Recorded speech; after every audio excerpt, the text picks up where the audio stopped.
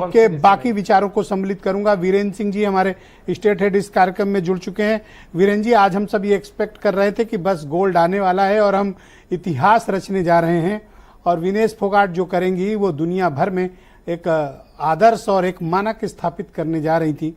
But ये जो कुछ भी अनफॉर्चुनेट इंसिडेंट हुआ, इसको लेकर किस तरह की चर्चाएं आप सुन रहे हैं, महसूस कर रहे हैं, और जिनसे भी आपने एक्सपर्ट से बात की तो किस तरह की ओपिनियन निकलकर सामने आई? ब्रजेश जी, मैं जितने लोग बैठे हुए हैं पैनल पे एक्सपर्ट, उनसे एक सवाल छोटा सा करना चाहता हूं।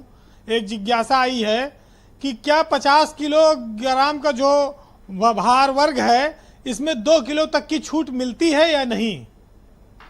नहीं, ये नहीं मिलती मेरे ख्याल से। उसमें ओलंपिक चार्टर में नहीं मिलती है। इंटरनेशनल इवेंट और वर्ल्ड चैंपियनशिप में तो मिल सकती है, बट ओलंपिक में नहीं मिलती। वीरेंद्र जी, तो देखिए, जो आज हालात बने हैं वो एक तरह से विनेश फोगाट हमारी नेशनल हीरो हैं, और भारत का एक बहुत बड़ा सपना जरूर टूट गया है उनके बाहर होने से, प्रतियोगिता से।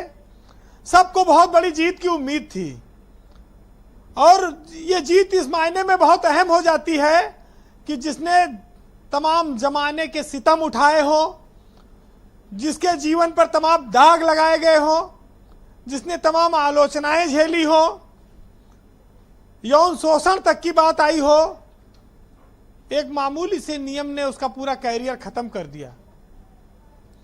आज एक इतिहास बनने वाला था भारत में, और ऐसा लग रहा था कि ये विनेश का जो मेडल है ये हर भारतीय महिला और नारी और बेटी का मेडल हो। हर आदमी, हर महिलाएं सोच रही थी आज मेरे गले में मेडल आएगा। अब एक नियम के चलते सारा सपना टूट गया। अब सबसे बड़ा सवाल यह है कि इतना वजन बढ़ा कैसे, और वजन बढ़ा तो कौन सा खाना ऐसा दिया जाता है जिससे 2.5-3 किलो वजन बढ़ जाए। हम लोग तो चाहे जितना खा ले, एक रात में 2 किलो वजन बढ़ाना आसान नहीं है। ये कैसे हुआ, ये बहुत बड़ा सवाल है जो आम आदमी जानना चाहता है, जो एक्सपर्ट्स लोग बताएंगे। लेकिन वो आज एक शिलालेख, अमर शिलालेख बन सकता था। आज एक इतिहास बनते बनते रह गया। 140 करोड़ लोगों की उम्मीदें धराशायी हो गई।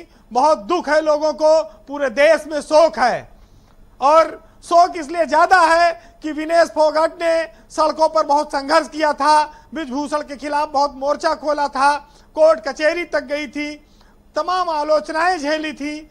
उसके बाद ओलंपिक में वो पहुंची, वहां चयन होना ही बड़ी बात थी। और शायद जो लोग गए हैं, कितना सहयोग मिल रहा होगा विनेश फोगाट को, कितना परेशानी झेली होंगी, ये तो जब लौटेंगी तब उसका दर्द वो बताएंगी। लेकिन आज जो मांग उठ रही है कि जो पीछे 4 मैच, 5 मैच, 8 मैच जीत के आ रहा है, उसका मेडल गायब कर दो। ये कौन सा नियम है? इस नियम में बदलाव की क्या जरूरत क्यों महसूस की जा रही है? 3-3 मैच एक दिन में जीत के आई। अगर वजन से कोई व्यक्ति बाहर हो रहा है तो उसका वहां तक का सफर का पारिश्रमिक, जो मेडल है, जो इनाम है, वो कहां से आएगा? बहुत सही बात आपने कही, बहुत अच्छी बात कही आप। वहां तक की चीज तो आपको देना पड़ेगा। कोई नशा करके डोपिंग में जानबूझ के तो नहीं फंसा है। वजन बहुत बार अपने कंट्रोल में नहीं होता है। एक ऐसी चीज है, जो आदमी भूखा है, 3-3 मैच खेला है, पता नहीं उसकी मनोदशा क्या है। आज इस देश में एक बात उठी कि इस ओलंपिक का बहिष्कार कर देना चाहिए। या तो ये नियम बदले जाएं या इनका बहिष्कार हो जी, क्योंकि ऐसे लोगों की उम्मीदें तो नहीं टूटेंगी। देश के 140 करोड़ लोग आज निराश हो गए ना, एक मामूली सी बात की वजह से। तो ये बहुत अंतर्राष्ट्रीय स्तर के साथ साथ मेडल को रोकने की जो प्रक्रिया है, इस पर रोक लगना चाहिए। विनेश फोगाट को तो लोगों ने तब जाना ब्रजेश जी, जब बहुत ज्यादा जाना, जब यह आंदोलन हुआ। उसके पहले हम लोगों ने एक पिक्चर के माध्यम से जाना था कि कितना उनके पिताजी ने कितना कष्ट सहकर, कितना उनको बचपन से इन लोगों को, फोगाट बहनों को आगे बढ़ाया। यहां तक कि उस पर गाना बना कि बापू सेहत के लिए तो बहुत हानिकारक है। यानी कि इतनी कठिन परीक्षा वो लेते थे अपनी बेटियों की।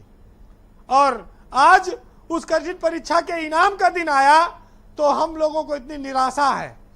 एक सिल्वर मेडल की विनेश फोगाट हकदार हैं।